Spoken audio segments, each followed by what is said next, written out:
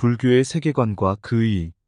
부처님께서 깨달은 세계는 우리의 마음에서 연기한 것이었습니다.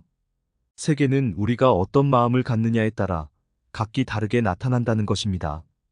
우리는 이미 주어진 세계에 갇혀 사는 것이 아니라 세계를 우리의 마음으로 만들면서 살고 있습니다. 그러나 중생들은 고정된 세계 속에 살고 있다고 생각함으로써 갖가지 사견을 일으켜 스스로 고뇌에 빠져 있습니다. 중생들은 세계의 실상을 모르고 이미 주어진 세계에 태어나서 죽는다는 마음을 가지고 있기 때문에 그 마음에서 생사의 세계가 연기합니다. 중생들이 세계의 실상을 알든 모르든 세계는 이렇게 마음에서 연기하고 있습니다.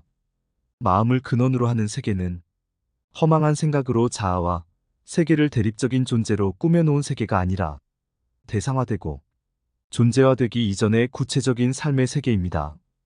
다시 말해서 세계의 중심은 인격체로서의 인간의 마음이며 이 세계는 인간의 마음에 의해 나타난다는 것입니다. 부처님께서는 무위의 세계와 유위의 세계가 있다고 말씀하십니다. 아비달마 불교에서는 유위의 세계와 무위의 세계가 따로 있다고 생각했습니다. 그러나 유위의 세계와 무위의 세계는 별개의 세계가 아닙니다.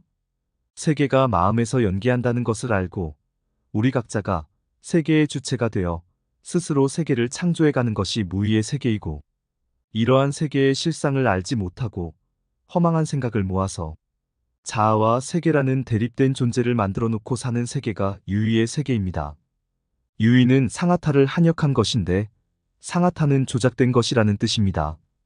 따라서 무위의 세계는 조작되지 않은 세계를 의미하고 유위의 세계는 조작된 세계를 의미합니다.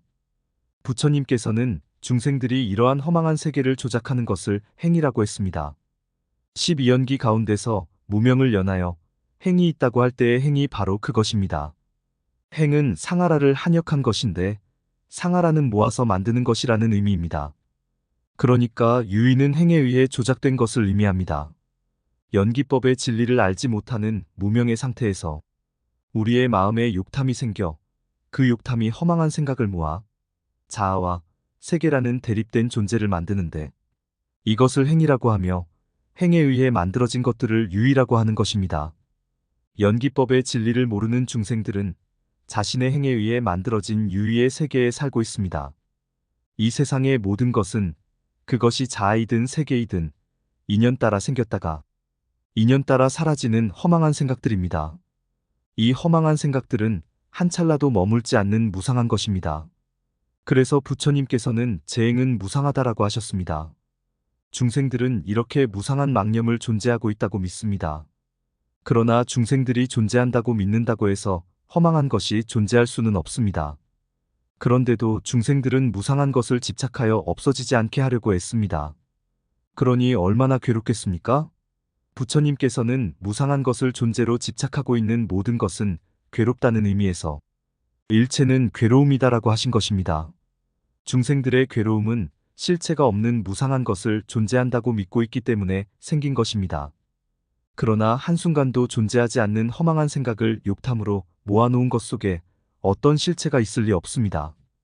그래서 부처님께서는 모든 존재는 그 속에 실체가 없다는 것을 일깨우기 위해서 제법은 무하다라고 하셨습니다.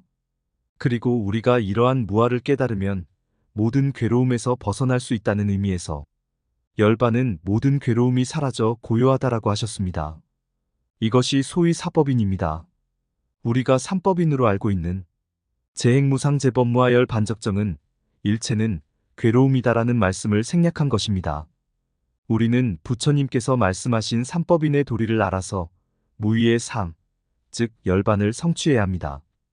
그러나 중생들은 무상하고 무아인 것을 자아와 세계라고 고집합니다. 나의 몸 안에는 자아가 존재하고 있고 몸 밖에는 여러 존재가 모여있는 세계가 존재하고 있다고 생각하는 것입니다. 이렇게 자아와 세계라는 존재를 꾸며놓은 것이 유위의 세계인데 유위의 세계에서는 모든 것이 존재로 인식됩니다. 세계는 여러 존재가 모여있는 곳이고 존재들이 모여있는 세계 속에서 인간은 세계의 일부인 하나의 존재로 태어나서 죽는 것으로 인식됩니다. 이렇게 유위의 세계에는 생사의 괴로움이 있습니다. 부처님 당시의 외도들은 이와 같이 인간을 세계의 일부분으로 생각했습니다. 부처님께서는 이러한 외도들의 사견을 위험한 사상이라고 생각했습니다. 전에 살펴본 바와 같이 부처님께서 사견에 대하여 침묵한 것이나 삼종 외도를 비판한 것은 모두 이들 외도들의 생각이 위험한 것이기 때문에 취한 행동이라고 할 수 있습니다. 외도들의 사상은 인간이 세계의 중심이며 삶의 주체라는 것을 알지 못하고 인간을 세계의 일부로 생각한 결과 나타난 사견입니다. 숙작인론은 결정론적 숙명론과 자인하교의 사상입니다. 이들에 의하면 인간은 세계를 구성하고 있는 정신적 존재와 물질적 존재의 일부가 결정적인 인과율이나 피할 수 없는 전생의 업에 의해 결합된 상태입니다. 따라서 인간의 삶은 주체로서의 자유로운 삶이 아니라 숙명적으로 결정된 기계적인 삶이 됩니다. 존우와 장로는 바라문교의 사상으로서 인간을 신이 창조하여 지배하고 있는 피조물 가운데 일부로 봅니다. 따라서 인간의 삶은 다른 존재와 마찬가지로 신의 뜻이나 신이 만들어 놓은 법칙에 의해 지배되고 있는 구속된 삶이 됩니다. 무인무열론은 유물론적 요소론자의 사상으로서 인간을 세계를 구성하고 있는 요소 가운데 일부가 우연히 결합해 있는 상태로 봅니다. 따라서 인간의 자유로운 의지에 의한 행위의 당위성과 이에 근거를 둔 윤리나 도덕이 전적으로 부정됩니다. 인간을 세계의 일부로 보게 되면 우리의 삶은 이렇게 무의미하고 비참한 것이 되고 맙니다. 부처님께서는 이렇게 우리의 주체적이고 자유로운 삶을 부정하는 위험한 사상을 연기법이라는 진리를 깨달아 물리쳤으며 이런 위험한 사상은 자신이 깨달은 진리로 충분히 극복할 수 있다고 생각했습니다. 부처님께서는 중화암경의 도경에서 삼종외도를 비판한 후에 다음과 같이 말씀하십니다. 만약 해야 할 일, 해서는 안 될 일을 바르게 알지 못하면 바른 생각을 상실하고 바른 지식이 없어서 가르침이라고 할 수가 없나니 이와 같은 주장을 하는 사문이 사상은 이치로서 굴복시킬 수가 있다. 그러나 내가 몸소 깨달아 너희들을 위하여 이야기한 진리는 사문이든 범지든 하늘이든 악마든 범천이든 세간의 누구도 굴복시킬 수 없고 더럽힐 수 없고 막을 수가 없나니 그것은 유깁처라는 법이며 육계라는 법이다. 이와 같이 부처님께서는 유깁처와 육계라는 자신이 깨달은 법으로 외도들의 위험한 사상을 물리칠 수 있다고 했습니다. 이미 언급했듯이 유깁처는 세계가 우리의 마음에서 연기한 것임을 보여주는 개념입니다. 뒤에 살펴보겠지만 육계 또한 그와 같은 개념입니다.